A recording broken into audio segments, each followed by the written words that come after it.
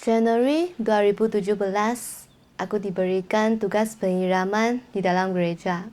Aku sangat bersyukur kepada Tuhan atas kesempatan belajar di tugas ini dan memutuskan untuk melakukannya dengan sungguh-sungguh dan baik. Setelah beberapa waktu, aku mencapai beberapa hasil baik dalam membantu saudara-saudari memperbaiki keadaan mereka ataupun bersekutu dengan mereka dalam pertemuan. Saudara-saudari dan pemimpin gereja memandang tinggi diriku dan aku mulai merasa sangat puas dengan diriku sendiri karena aku bekerja dengan baik. Di bulan Juni, pemimpin gereja mengatur agar saudari Wenjing bekerja sama denganku dalam tugas ini dan memintaku untuk membantu saudariku itu saat dibutuhkan. Dan dengan senang hati aku terima. Saat kami bekerja bersama, aku melihat saudari Wenjing mengejar kebenaran dan kualitas serta tutur katanya sangat bagus. Melihat ini, aku jadi sedikit waspada terhadapnya. Aku mulai berpikir, dengan sedikit pelatihan lagi, dia akan melampauiku. Saudara-saudari kami pasti akan mulai menghargainya. Para pemimpin akan menghabiskan lebih waktu mendidik bakatnya. Lalu takkan ada lagi yang menghargaiku. Namun apa yang aku takutkan pada akhirnya terjadi. Setelah pertemuan pada suatu hari, aku pergi menemui seorang pemimpin gereja untuk memberikan kesaksian pengalaman yang ditulis olehku dan saudari Wenjing. Setelah membacanya, pemimpin gereja kami tersenyum dan berkata, artikel kesaksian saudari Wenjing tidak buruk. Ada beberapa penerapan praktis di sini, dan dia menulisnya dengan sangat baik.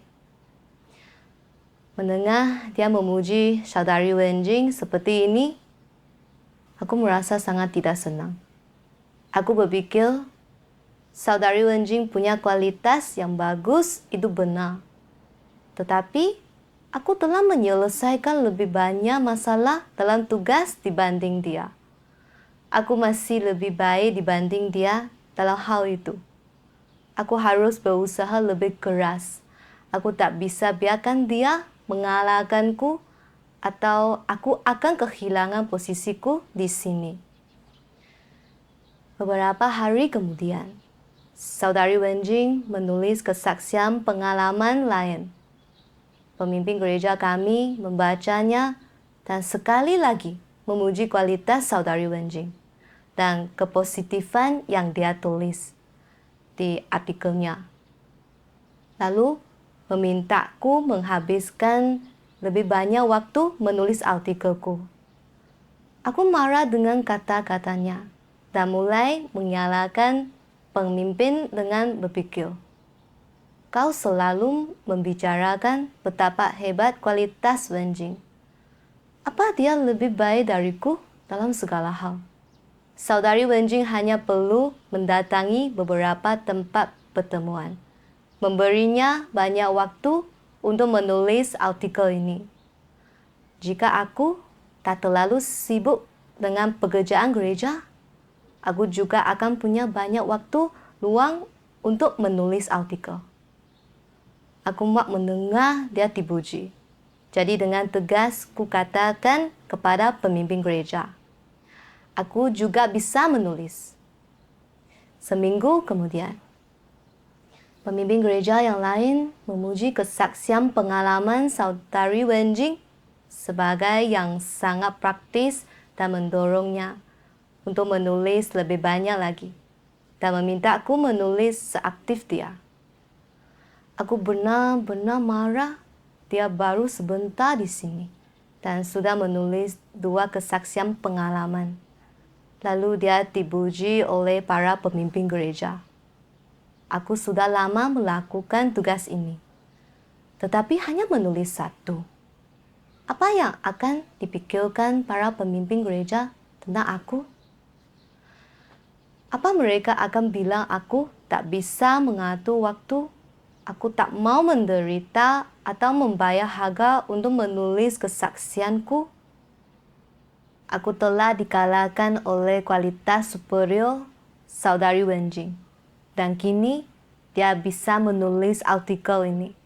Para pemimpin pasti menganggap dia lebih baik dari aku.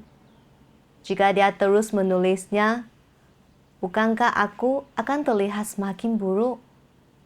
Yang harus kulakukan, kuputuskan untuk mencari cara agar dia tetap sibuk, sehingga dia tak punya waktu untuk menulis artikel, sehingga tak terlihat ada perbedaan besar antara kami di mata para pemimpin.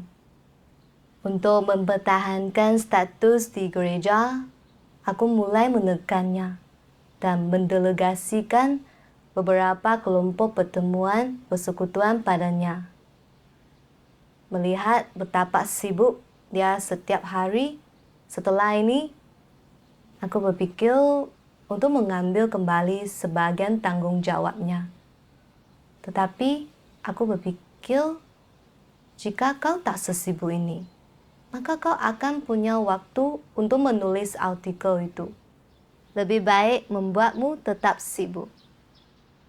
Satu malam, aku melihat dia menulis satu artikel dan dengan tegas ku mendesaknya, menjelaskan detail pekerjaan semua kelompok yang dia pimpin dan menemukan ada beberapa masalah orang percaya baru yang tidak terselesaikan. Aku menegurnya, mengatakan bahwa dia tidak memperhatikan tugasnya. Setelah aku selesai menegurnya, dia hanya menundukkan kepala dan tak mengatakan apa-apa. Sebulan kemudian, seorang pemimpin gereja melihat bagaimana saudari Wenjing tidak cukup berhasil dengan kelompok yang dia pimpin. Dan masih ada beberapa masalah yang belum dia selesaikan. Lalu dia bertanya kepadaku, apa yang terjadi? Aku berpikir, kau begitu memandang tinggi dia. Tapi kini, kau tahu dia tidak terlalu berhasil dalam tugasnya. Kau takkan terlalu memandang tinggi dia lagi. Tetapi yang mengejutkan, dia justru memintaku untuk lebih banyak membantunya. Aku sangat menentang ini, pikirku. Kau hanya bisa melihat saudari Wenjing kualitasnya lebih baik dibanding aku. Jika aku terus membantunya, akhirnya dia akan menggantikanku. Aku mulai membuat alasan. Tetapi pemimpin gereja itu bisa melihat keadaanku sebenarnya.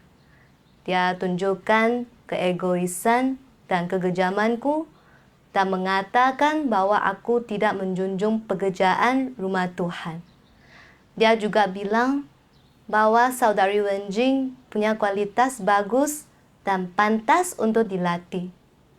Bahwa aku harus lebih banyak bersekutu dengannya dan membantunya.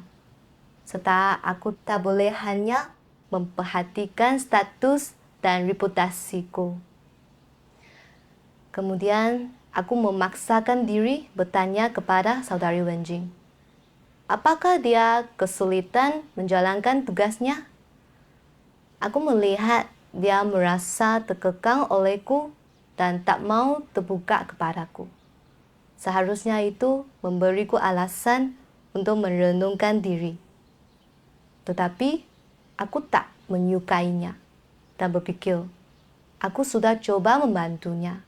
Tetapi dia tak mau berkata apa-apa. Sedikit demi sedikit, jiwaku menjadi semakin gelap. Ketika mendiskusikan pekerjaan gereja, aku jadi tidak menyadari beberapa masalah nyata yang muncul.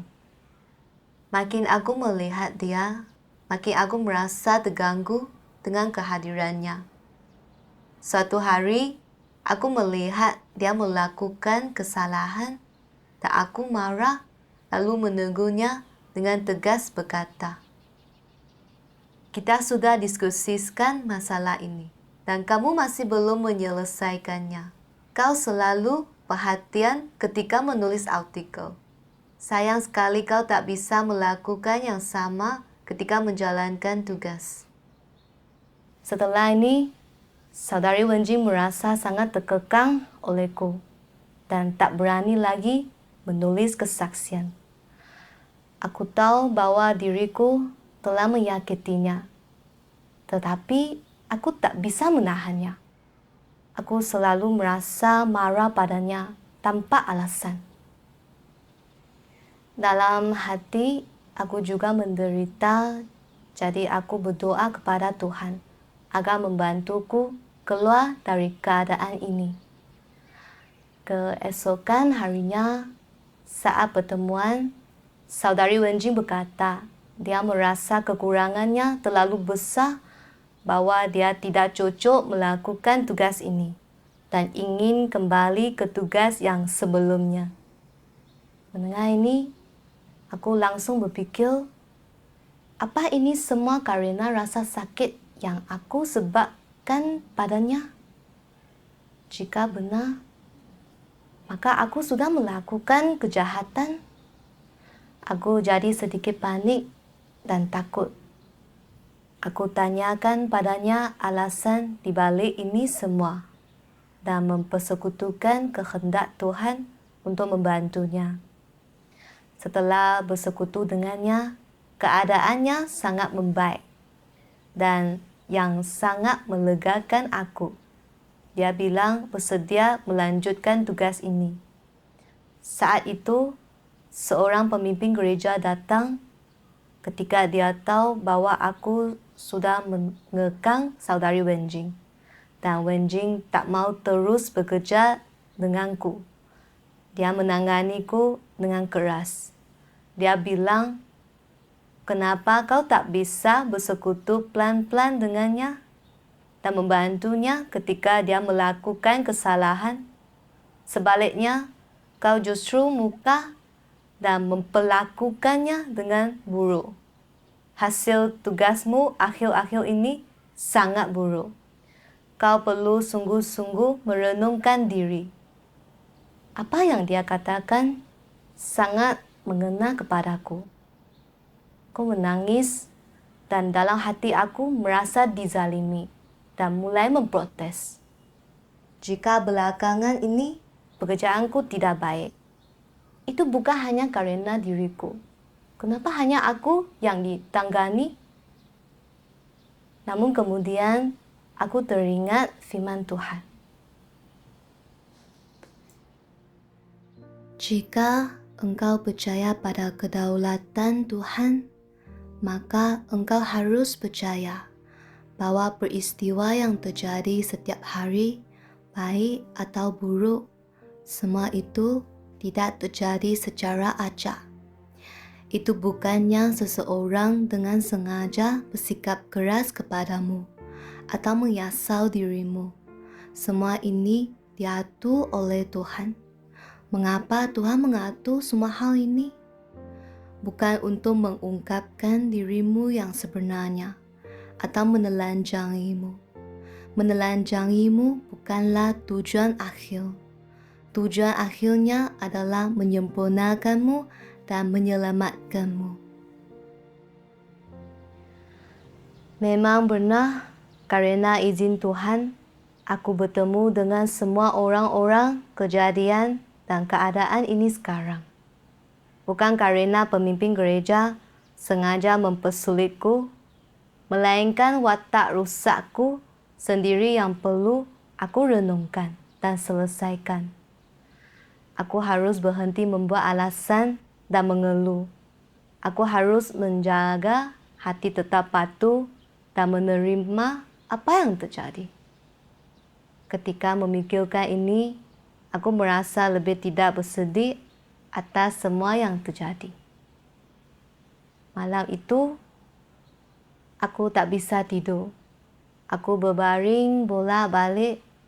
Sementara semua yang terjadi hari itu terus terbayang di kepala aku, seperti sebuah filem.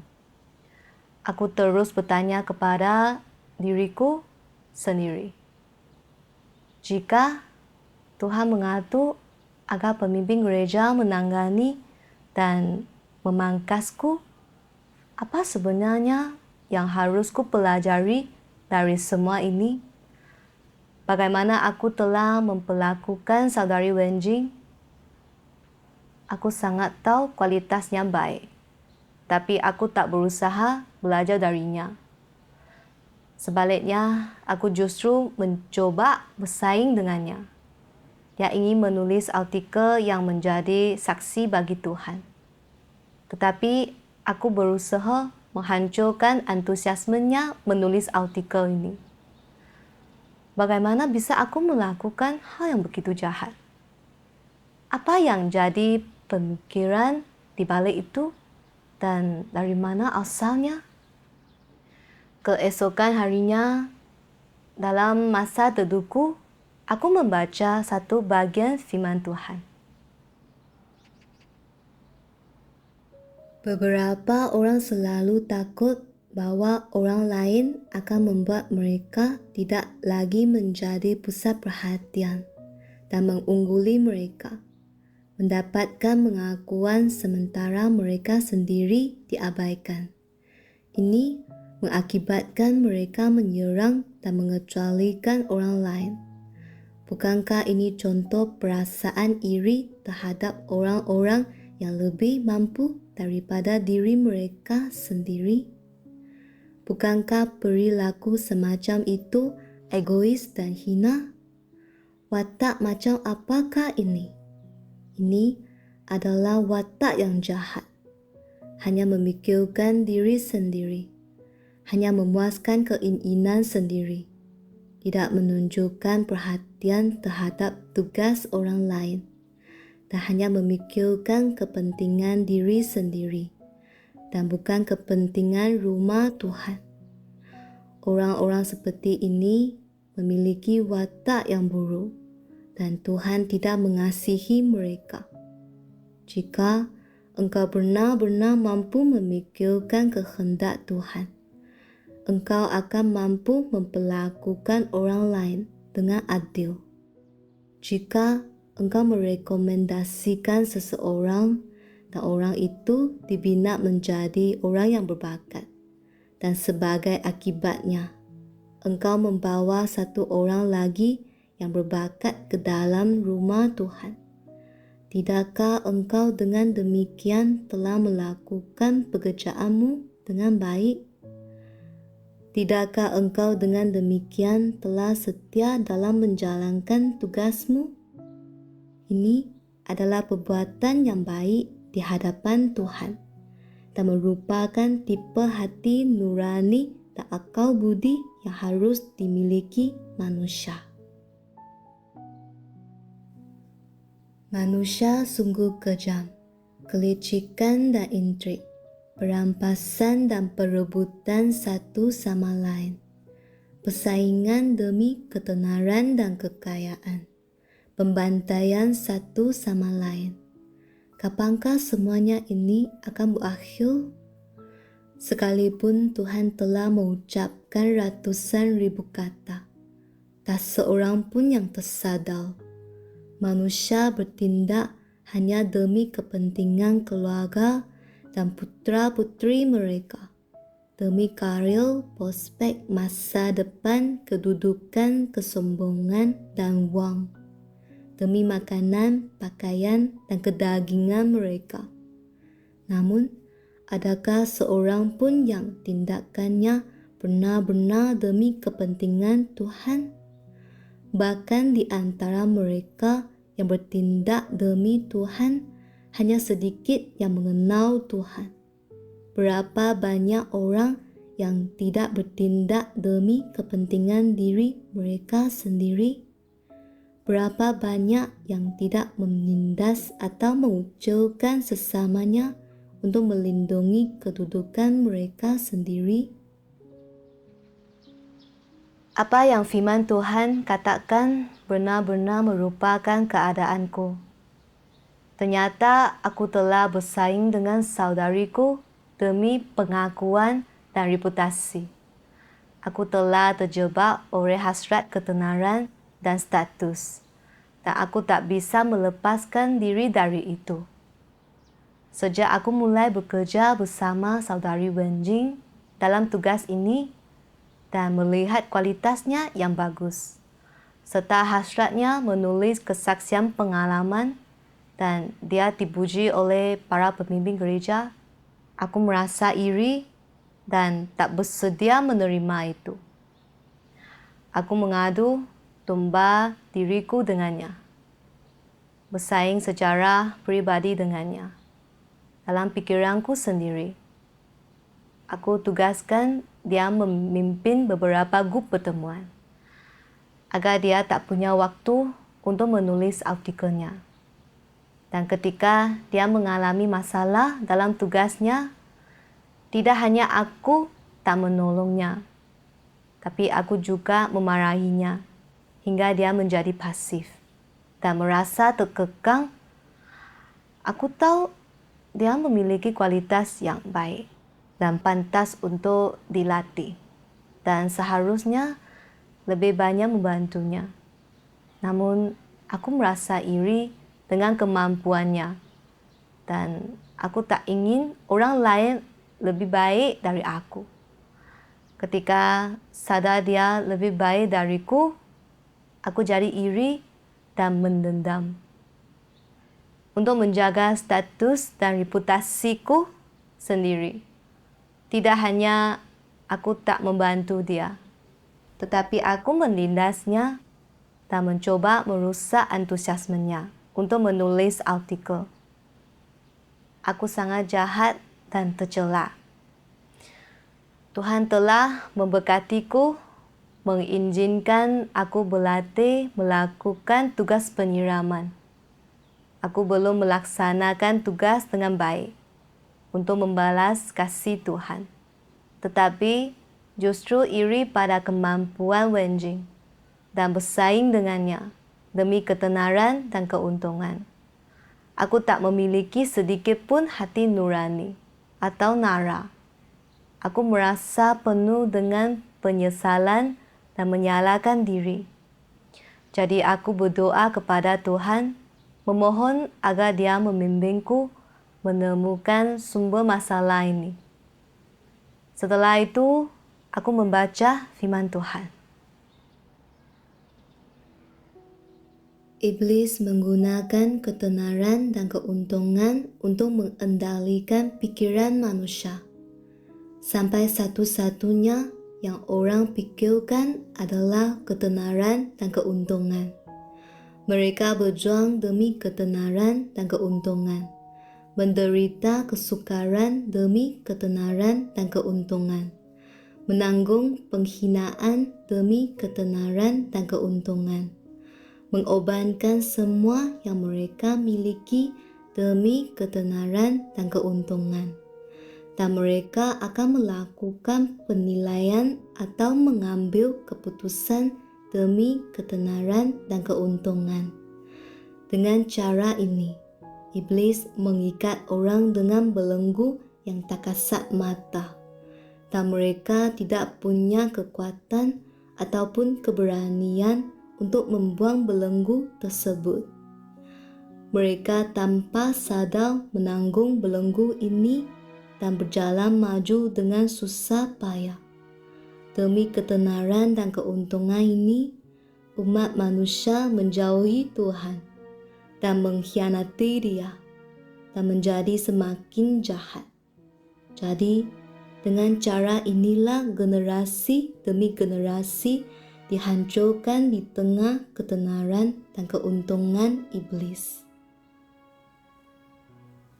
Saat merenungkan firman Tuhan, aku mengerti bahwa ketenaran dan keuntungan adalah belenggu yang digunakan iblis untuk mengikat kita, dan alat yang digunakan iblis untuk merusak kita.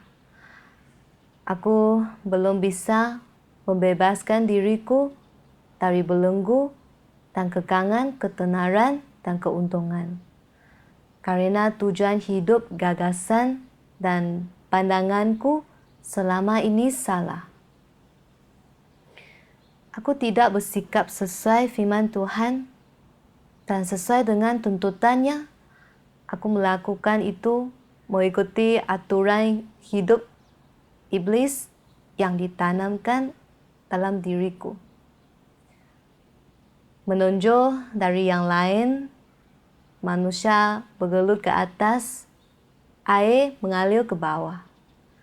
Dan orang harus selalu berusaha menjadi lebih baik dari rekan seangkatannya. Baik di sekolah ataupun bekerja dalam masyarakat, aku selalu berjuang siang dan malam untuk mendapat ketenaran dan keuntungan. Menjadi nombor satu dan memuaskan ambisiku untuk jadi menonjol di antara yang lainnya. Setelah percaya kepada Tuhan, aku masih hidup sebagai budak reputasi dan status. Ketika aku dipuji dan dipandang tinggi oleh saudara-saudari dalam tugasku, dan hasratku akan ketenaran, keuntungan, dan status terpenuhi. Aku bersuka cita dalam kegembiraan karena menonjol dan merasa sangat bahagia. Namun ketika aku melihat saudari Wenjing lebih baik dariku, aku jadi iri terhadap kemampuannya. Aku takut dia akan mengalahkanku dan menjadi ancaman untuk posisiku. Jadi aku lakukan semua yang aku bisa untuk menekan dan menindasnya, tanpa sedikit pun memikirkan kepentingan rumah Tuhan ataupun perasaannya. Saat itu, aku melihat dengan jelas bahwa diriku telah menjadi budak ketenaran dan keuntungan, dan dalam mengejar hal itu, aku pun kehilangan hati nurani dan nara. Aku jadi berbahaya, jahat, makin egois, dan berjiwa kejam. Dan aku hidup dalam citra iblis yang jahat. Ketenaran, keuntungan, dan status telah benar-benar menjadi alat yang digunakan iblis untuk merusak dan menjeratku agar melawan dan mengkhianati Tuhan. Aku teringat akan para antikristus yang telah dikeluarkan dari rumah Tuhan sebelumnya. Mereka menghargai status lebih dari apapun.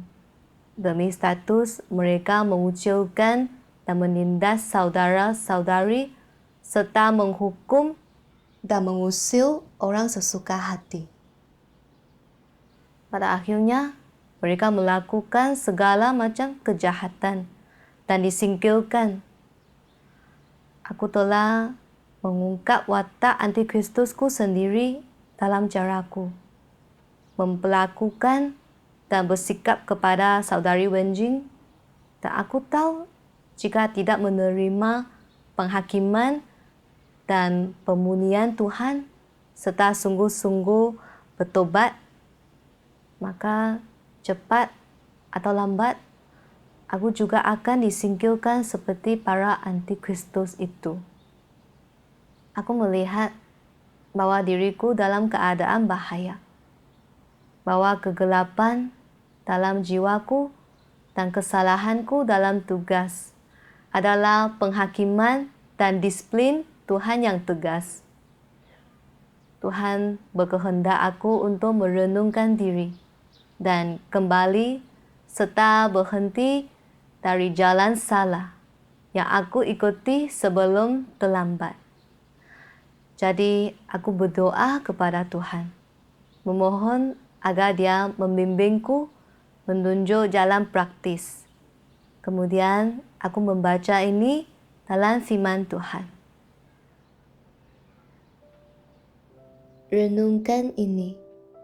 Perubahan macam apa yang harus dicapai seseorang jika dia ingin menghindarkan dirinya menjadi terjerat dalam kondisi-kondisi ini, untuk mampu melepaskan dirinya dari kondisi ini dan dibebaskan dari gangguan dan ikatan hal-hal ini? Apa yang harus diperoleh seseorang sebelum dia benar-benar bisa bebas dan dimerdekakan? Di satu pihak, dia harus memahami hal-hal ini. Ketenaran dan kekayaan serta kedudukan hanyalah alat dan cara yang iblis gunakan untuk merusak manusia, menjebak mereka, mencelakakan dan menyebabkan kebejatan moral mereka. Secara teori, engkau harus terlebih dahulu mendapatkan pemahaman yang jelas tentang hal ini. Selain itu, engkau harus belajar untuk melepaskan hal-hal ini dan menyingkirkannya. Engkau harus belajar untuk melepaskan dan mengesampingkan hal-hal ini, untuk merekomendasikan orang lain dan membiarkan mereka unggul. Jangan berjuang mati-matian atau bergegas-gegas mengambil keuntungan saat engkau menemukan kesempatan untuk unggul atau memperoleh kemuliaan. Engkau harus belajar untuk mundur, tetapi tidak boleh menunda pelaksanaan tugasmu.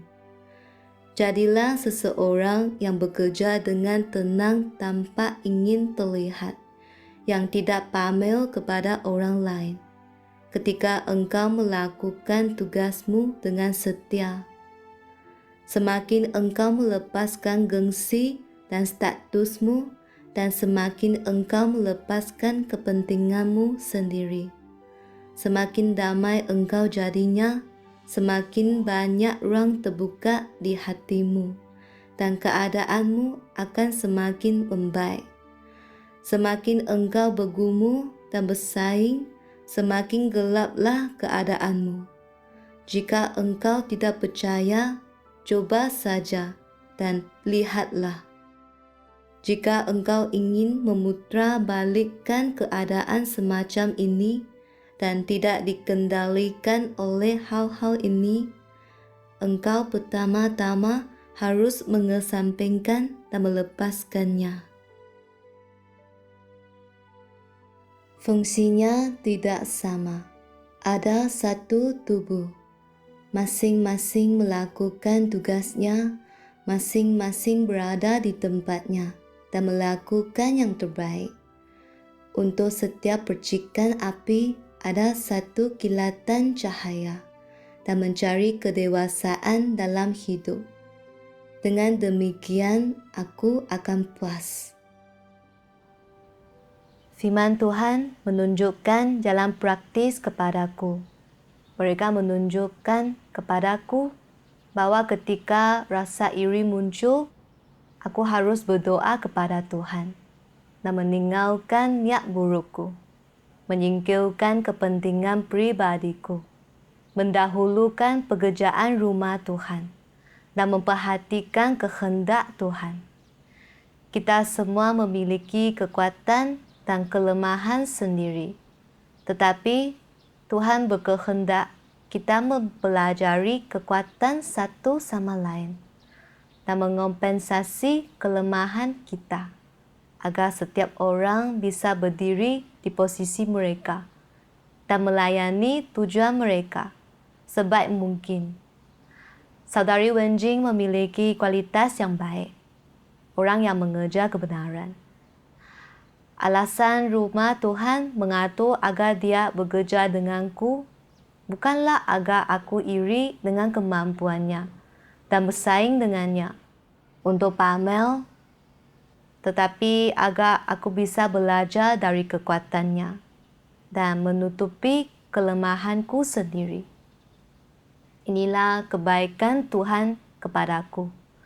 Aku harus memperbaiki sikapku ketika orang lain lebih baik dari aku dan memiliki keunggulan sendiri. Aku harus terima kenyataan itu dan mengakui kelemahan dan kekuranganku. Aku harus belajar dari saudariku Aku sudah lama melakukan tugas ini dan lebih mengerti akan prinsipnya. Karena itu, aku harus sebisa mungkin membantu saudariku agar kita bisa melakukan tugas bersama dalam harmoni. Kemudian, aku mendekati saudari Wenjing dan terbuka kepadanya tentang kerusakan yang telah aku ungkap. Aku meminta maaf padanya dan dia membuka hatinya padaku, serta bersekutu tentang apa yang dia pelajari dari situasi ini. Dia menghibur dan menyemangatiku dan aku merasa sangat malu dan bersalah. Setelah itu, ketika aku melihat dia mengalami masalah dalam tugasnya, terkadang aku berpikir jika aku membantunya menyelesaikan masalah ini, pemimpin hanya akan melihat dia melakukan kerja yang baik. Takkan ada yang tahu apa yang kulakukan untuk membantunya. Kesempatan untuk menunjuk dan pamer hanya akan jadi miliknya. Karena ini, aku merasa sedikit enggan membantunya. Tetapi aku segera menyadari bahwa aku mencoba bersaing dengannya demi ketenaran dan keuntungan lagi. Lalu, aku akan berdoa memohon pertolongan Tuhan agar membenarkan motifku dan mengambil inisiatif untuk membantunya. Seiring waktu, keadaanku membaik. Aku tak lagi merasa sakit dan kecewa di dalam hatiku seperti dahulu. Dan hubunganku dengan saudari Wenjing menjadi jauh lebih harmonis. Saudari Wenjing mau bersekutu denganku secara terbuka tentang keadaannya dan apa yang telah dia peroleh, dan hatiku pun dipenuhi kesenangan dan kegembiraan. Melalui pengalaman ini, membuatku bisa mengenali kerusakan yang sebenarnya dari rasa iri dan sisi kemanusiaanku yang jahat. Membuatku membenci diri sendiri, sekaligus membantuku memahami beberapa pemahaman praktis tentang watak benar Tuhan. Membantuku belajar cara melepaskan diri dari belenggu dan kekangan rasa iriku, serta merasakan kedamaian dan stabilitas yang datang dari perilaku diriku yang sesuai dengan firman kebenaran Tuhan. Hal itu memberiku keinginan untuk mengejar kebenaran, membuang watak rusakku, dan melakukan tugas dengan baik. Syukur kepada keselamatan Tuhan.